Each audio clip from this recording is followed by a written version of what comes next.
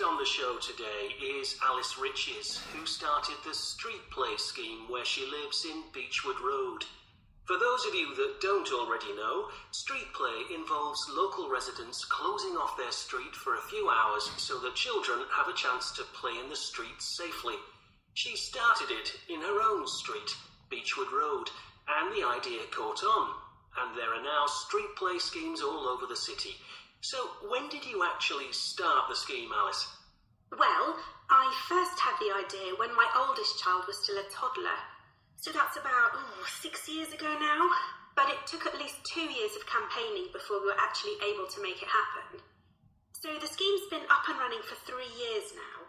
We'd love to be able to close our road for longer, for the whole weekend, from Saturday morning until Sunday evening, for example. At the moment, it's just once a week. But when we started, it was only once a month. But we're working on it. So what actually happens when Beechwood Road is closed? We have volunteer wardens, mostly parents, but some elderly residents too, who block off our road at either end.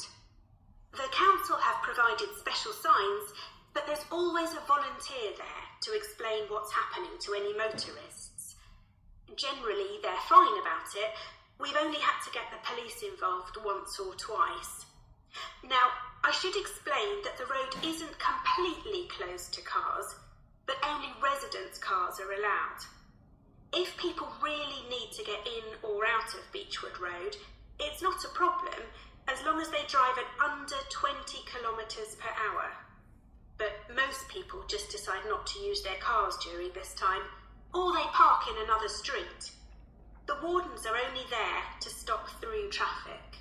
So, can anyone apply to get involved in street play? Absolutely.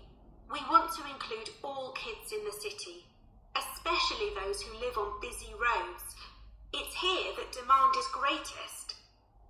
Obviously, there isn't such demand in wealthier areas where the children have access to parks or large gardens, or in the suburbs where there are usually more places for children to play outside. I'd recommend that anyone listening who likes the idea should just give it a go.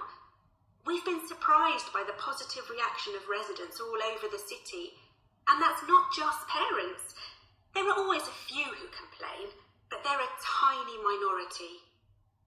On the whole, everyone is very supportive and say they're very happy to see children out on the street, even if it does get quite noisy.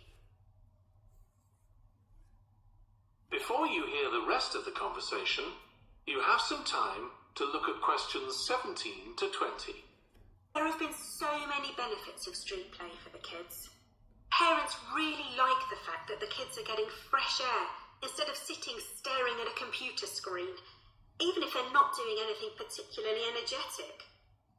And of course, it's great that kids can play with their friends outside without being supervised by their parents. But for me, the biggest advantage is that kids develop confidence in themselves to be outside without their parents. The other really fantastic thing is that children get to know the adults in the street. It's like having a big extended family. It certainly does have a lot of benefits. I want to move on now and ask you about a related project in King Street. Right. Well, this was an experiment I was involved in, where local residents decided to try and reduce the traffic along King Street, which is the busiest main road in our area, by persuading people not to use their cars for one day. We thought about making people pay more for parking, but we decided that would be really unpopular.